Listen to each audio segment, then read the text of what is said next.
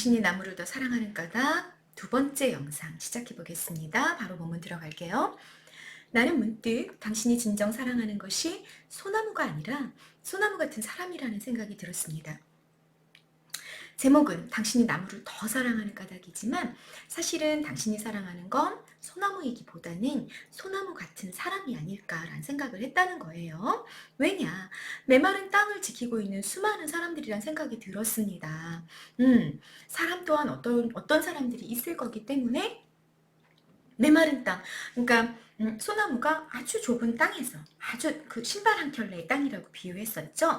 신발 한 켤레 정도밖에 안 되는 그런 땅 위에서도 생명을 지키고 생명을 퍼뜨리고 그렇게 살아가는 것처럼 그렇게 메마른 땅을 지키고 있는 이 메마른 땅이라는 건 현대 문명 사회겠지. 현대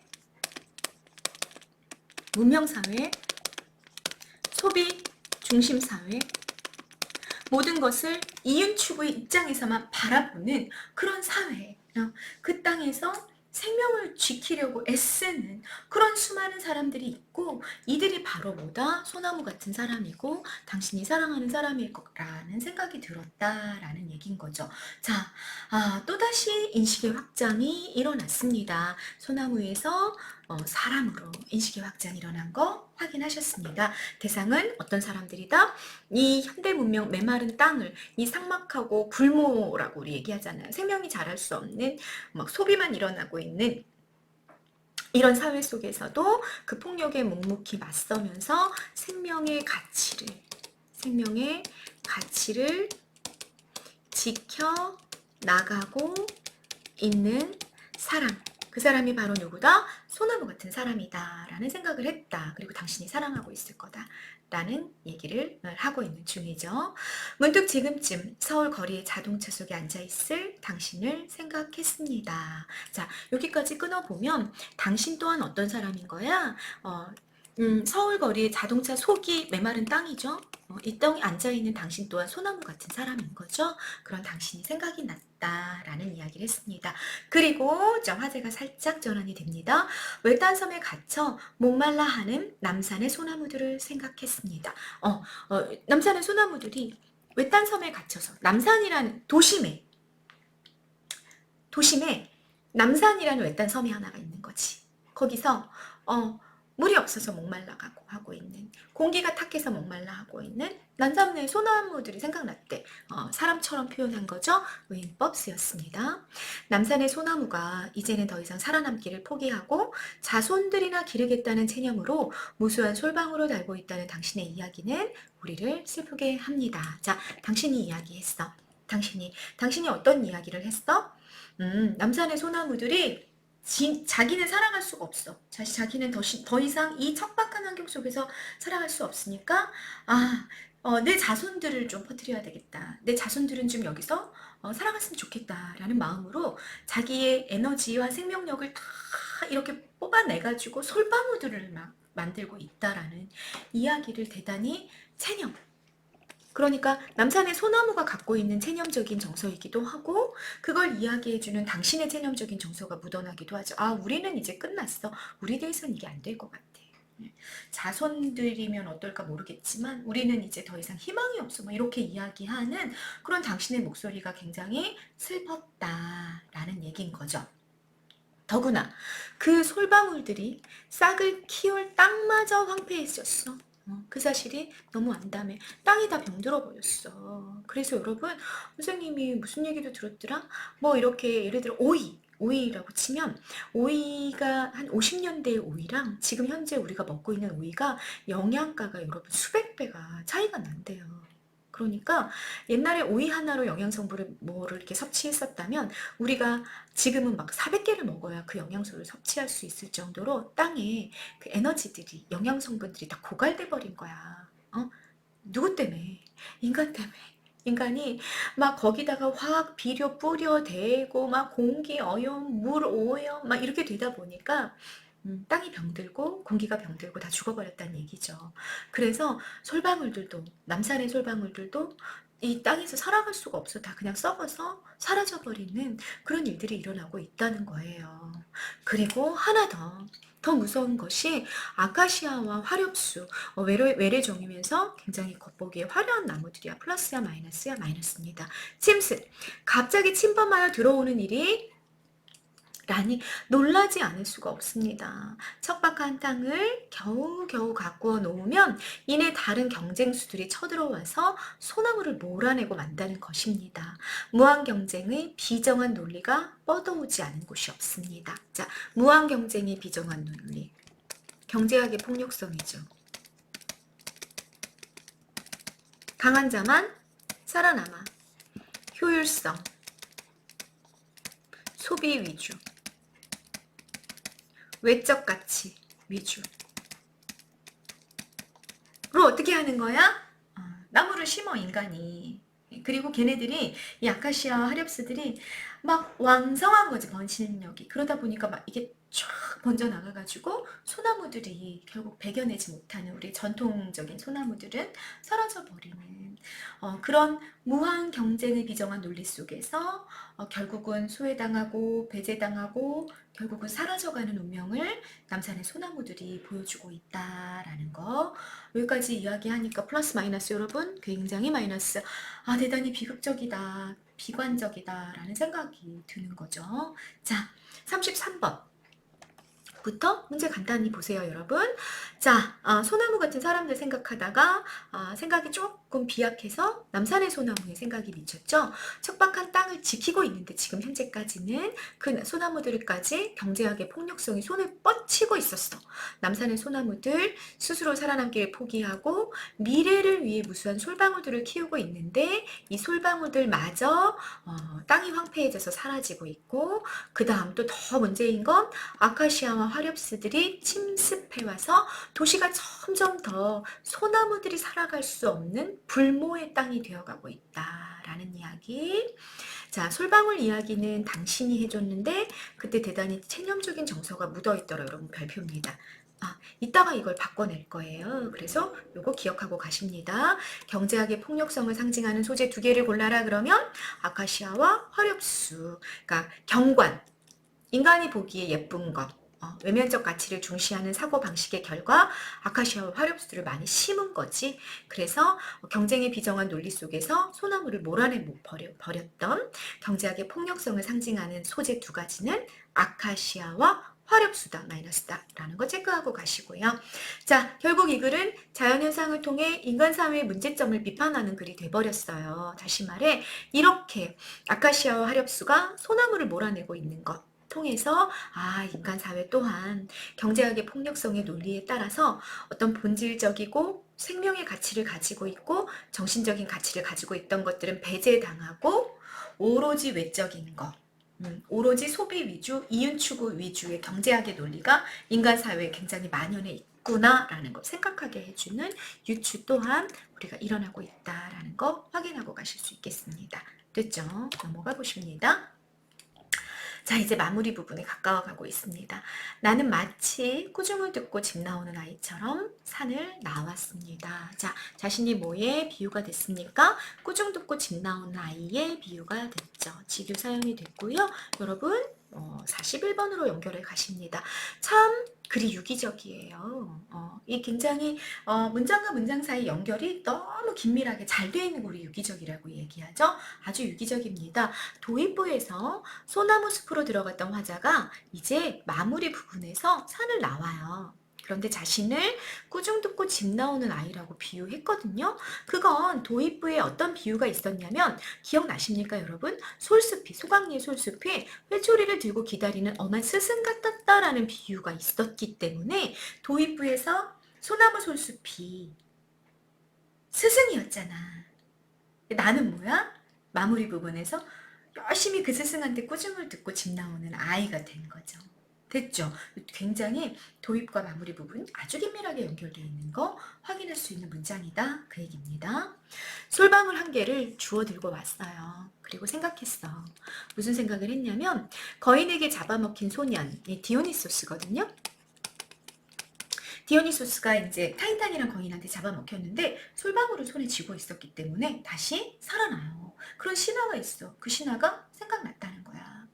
당신이 나무를 사랑한다면 솔방울도 사랑해야 합니다. 무수한 솔방울들의 끈질긴 저력을 신뢰해야 합니다.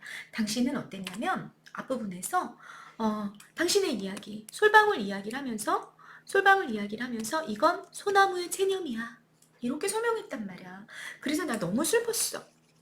그런데 다시 생각하자. 솔방울은 뭘 상징한다? 여러분, 소년이 살아날 수 있었던 건 뭐다?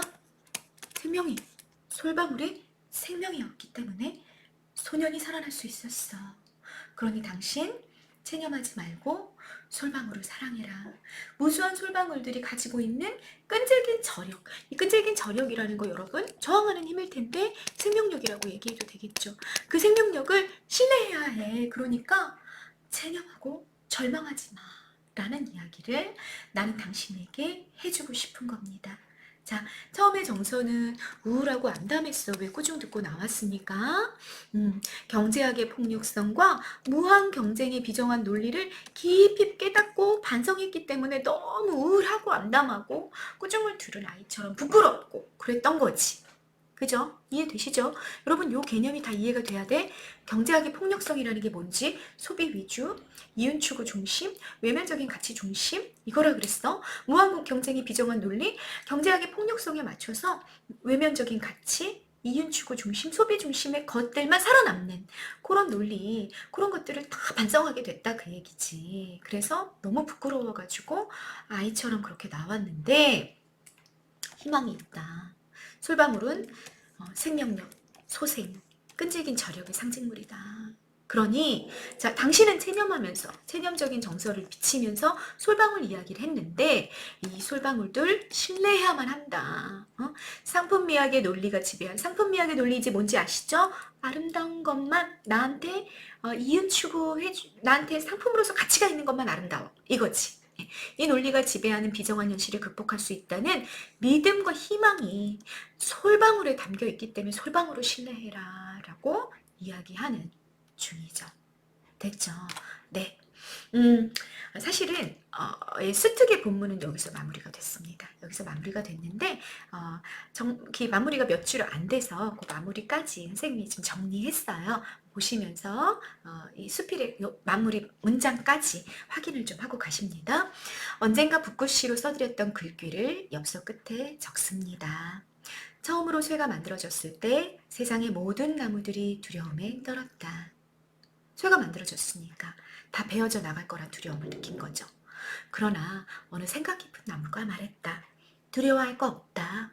우리들이 자루가 되어주지 않는 한 쇠는 결코 우리를 해칠 수 없다. 네, 그 말로 엽서가 편집글이 끝났습니다.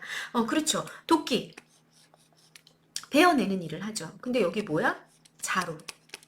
이거 나무잖아. 그죠? 그러니까 자루가 없으면 도끼는 의미가 있어 없어? 이거 인간이 쓸 수 없는 거지. 그 생각 깊은 나무가 그렇게 말했다는 얘기예요. 너무 상징적이죠, 여러분? 상징이기 때문에 그 의미를 정리해 놓고 가셔야 됩니다. 여러분, 쇠는 플러스 마이너스, 마이너스. 폭력의 주체고 문명의 폭력성을 상징합니다. 나무들, 두려움에 떠는 나무들은 폭력의 대상이자 폭력의 수단으로 활용될 수 있는 존재들이죠. 자루가 될 수 있는 그런 존재들이고 사실은 인간을 상징하는 거죠. 이 문명이 막 폭력성을 극대화시키고 있을 때 두려움에 빠진 인간들이 있었다는 얘기야. 그때 어느 생각 깊은 나무는 지혜로운 인간을 상징하는 거야. 지혜로운 인간이 뭐라고 말했냐면 우리들이 자루가 되어주지 않는 한, 다시 말해 우리들이 폭력의 도구가 되지 않는 한 결코 문명은 우리를 해칠 수 없다. 그 폭력성을 발휘할 수 없다. 이렇게 말했다는 얘기입니다. 그러니까 여러분 결국은 뭐가 문제구나. 관건은 뭐구나? 인간인 우리가 폭력의 도구가 되지 않는 것. 우리가 경제학의 폭력성을 형상화한 존재가 되지 않는 것. 우리의 사고, 우리의 가치관을 자꾸만 소비 중심, 이윤 추구 중심에서 무엇으로 바꿔나가는 것?